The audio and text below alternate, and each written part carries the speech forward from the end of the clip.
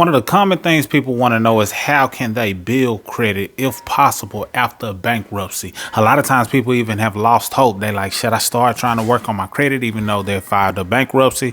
And I'm always like, absolutely, because at the end of the day, when you file a bankruptcy, your credit profile doesn't just disappear. It's not like you just file bankruptcy and there's nothing you can do or there's nothing that shows up on your credit profile. No, you want to start doing things immediately to make sure that you're positioning yourself to still have a solid credit profile despite your bankruptcy. So just get that out the way first and foremost, because you can and should be building and establishing and cleaning up things on your report in order to position yourself to have an even better credit profile than prior to the bankruptcy, even if you have things showing up bankruptcy related on your profile. So that being said, it all boils down to you understanding the right things to do in order to make sure that your bankruptcy is something that does not hinder you from qualifying for the things that you want to qualify for futuristically, whether that be a home, whether it be a vehicle. And I'll link a free credit class down below so you can get a reminder of some of the things I'm about to verbalize now.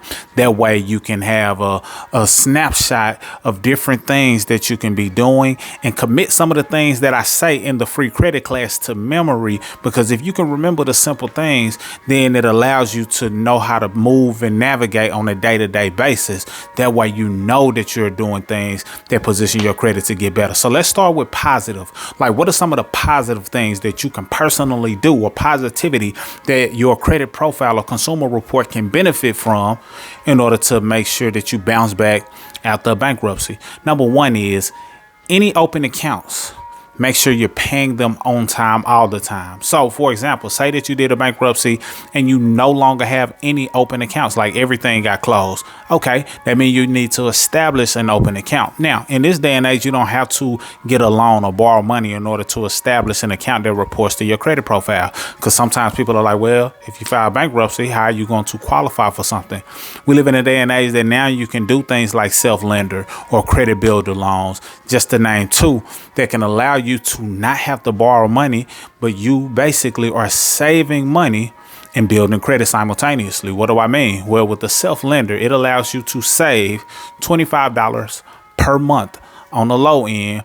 And each time that $25 payment is made, which is really still your money because they just put it into an escrow account, you get credit for it and it reports to all three bureaus. So they set up a credit escrow account basically. So every time your $25 is paid, it's showing as an on-time payment. You never lose the money. They take their fees out of it. So let's just say you sent $25 in and their fee is $3. So $22 went towards the actual payment that you still have access to at the end of the term, but it reported to all three bureaus.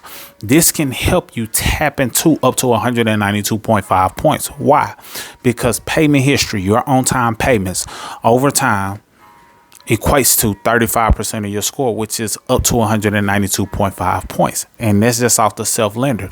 Say you did the same thing with a bank. Say you wanted to set up a credit builder loan with the goal of you fulfilling or paying in $3,000. Well, that's a great idea, because what that does is two things. If you're paying a credit builder loan, meaning you never borrowed the money, you just set up another account that allows you to make on-time payments. Let's just say it's $300 a month. Just as an example, after 10 months of paying it, you've saved $3,000, which is a great emergency fund for many people. Now you've took the opportunity to save money, to have a set amount of money put to the side that could have possibly prevented you from having to file bankruptcy in the first place. You put it to the side and now you got credit for it.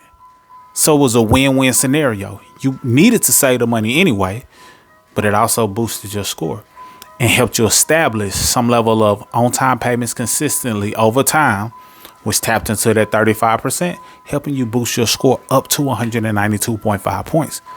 Very important. Secondly, you need to establish some type of line of credit. Now, with the self-lender account that I referenced, that self-lender account allows you to, once you fulfilled whatever your on-time payments was, whatever your goal was, it rolls it over into an unsecured or secured credit card. So now not only did you get some on-time payments, it also opened up a secured credit card. Now, this can have somewhat of an impact My preferred method for you to do in terms of establishing a credit card is getting to a place to where you've proven your credibility in terms of making on-time payments to where you can qualify for some type of pre-approval account. Every card has one, Capital One, Discover, or going directly through a credit union, whether it's one you had or have a relationship with, one that's local. There are tons out there. You can just look up different credit unions, online ones, whatever. But credit unions are great as well. And you just want to find out what their qualifications are in order for you to get some type of credit card with them.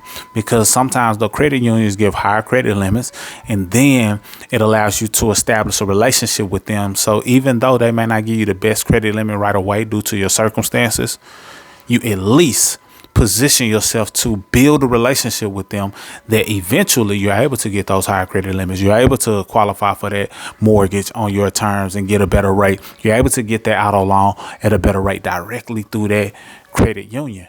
But you're getting access to what I call that 100% area that you have control over. Because when you have a line of credit or a credit card, that gives you the ability to tap into what's known as credit utilization.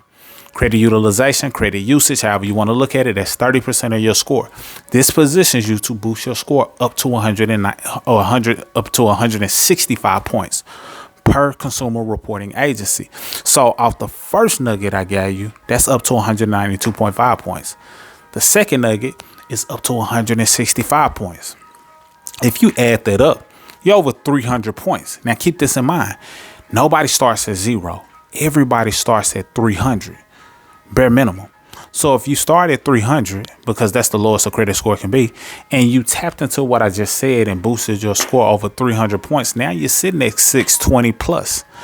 Just off of fully maximizing it. Now, it may take some time, but this is just positioning you to have what many people can use to qualify for a home, because a lot of times these lenders are looking for 580, 620. Now, don't get me wrong. They make more money off a person who has a less than ideal or lower credit score. So I'm not saying settle there, but this at least gets you in a position to tap into getting the max amount of points possible off of building your credit, things that you personally can do. And I haven't even talked about things that involve negativity that may be on your report and how that can help you speed up the process.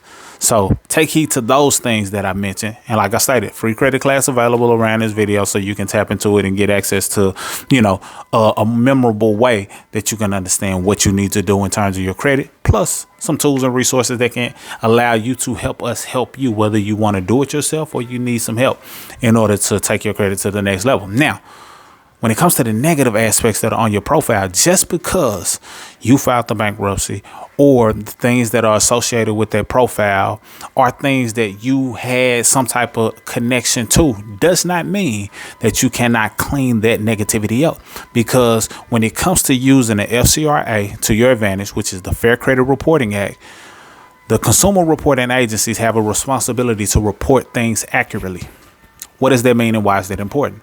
Well, if they're supposed to report things accurately, if they have an error due to human error, due to some type of glitch, due to them getting some information from some other entity that wasn't directly through you, so the information was flawed, then that's an error in their reporting. And if they have an error in their reporting, then that could be doing you a disservice, and that's grounds for removal. So you understanding what they're doing and how it can be negatively impacting your score due to their human error or whatever error that took place, you understanding that and cleaning that up based on their negativity can have you to get certain things removed. We've had people use this information to get late payments removed, collections removed, charge-offs removed, bankruptcies removed, all by finding the errors that are on their report and using the laws to their advantage.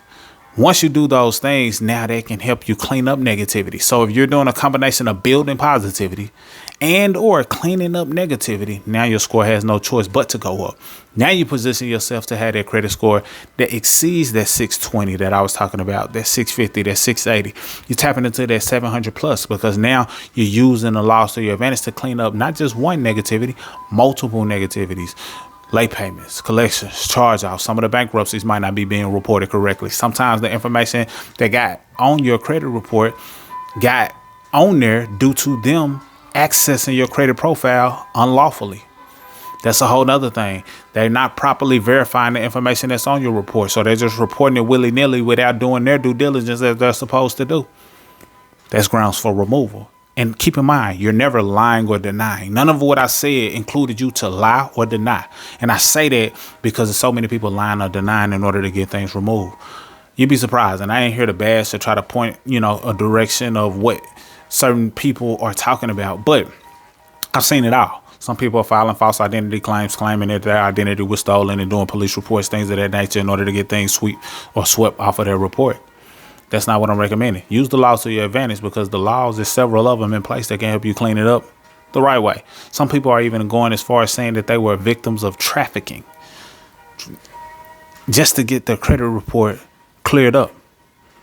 I'm not recommending that. I'm saying use the laws to your advantage. Don't lie, don't deny. Just find errors in their reporting, errors in their ability to verify certain things. And if they can't prove it, certain things, they just have to remove it. And now you're building up credibility. You're cleaning up negativity. And the combination of that takes your credit beyond what you thought possible. And now you understand the importance of maintaining credit. So your discipline increases.